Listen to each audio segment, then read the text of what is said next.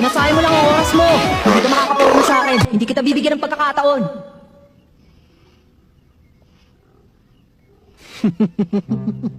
Natatakot ka na, no?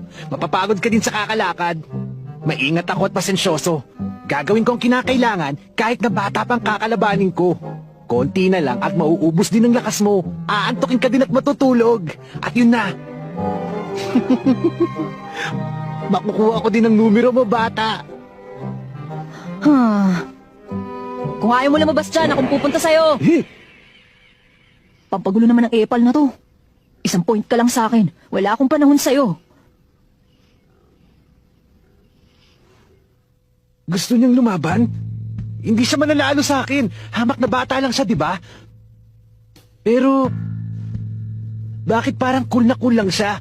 Ganun ba talaga siya kalakas? Tama. Maaga pa kong tao. Dapat tumakas. Ay, dapat umiwas na muna ako. Kaya lang, sigurado kukuyugin ako ng mga kuya ko kapag nalaman nila. Hindi lang yun. Kapag bumalik ako na wala ang ID number niya, tutuyain nila ako. Hindi nila ako titigilan. Mga kuya. Oh, Pasensya na, medyo natagalan lang kami. Pero siguro naman tapos ka na, hindi ba? Oh? Ha?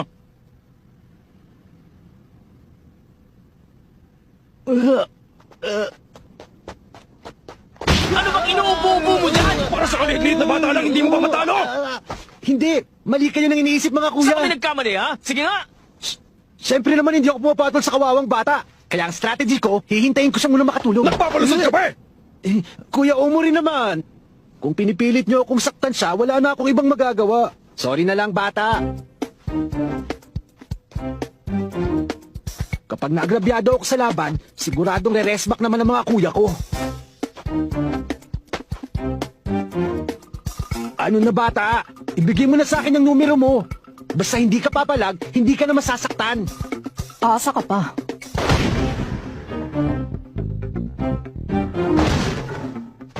Yan tuloy. Sabi ko naman sa'yo eh. Hehehe, sapul ka sa sikmura ngayon. Hindi na yan makakatayo. Nakatayo pa rin. Pinagbigyan mo pa yata eh. Talaga tong si Emory ang lambot ng puso.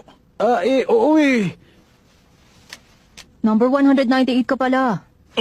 Paano niyo nakuha? Ang lapit na nito sa numerong hinahanap ko ah. Akalain mo yun. Sino kaya dyan sa dalawang kasama mong kulas ang may ID number na 199? Umuri, Oo. Formation. seryoso na to. Maging alisto tayo. Hindi ordinaryong batayan.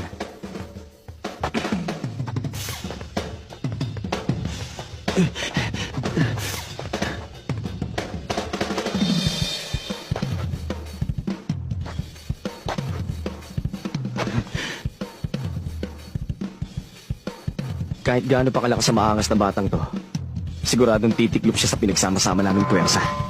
Marami na kami natutumbang mas malalakas sa tigasi na kalaban gamit ang triple formation namin. Nakikita mo ngayon, wala nang matitira sa yabang mo pagkatapos nito.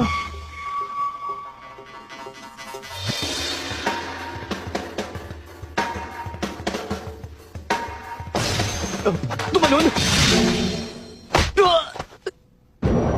Walang kikilos sa inyo. Itong mga kuko ko, mas matalas pa to sa scalpel.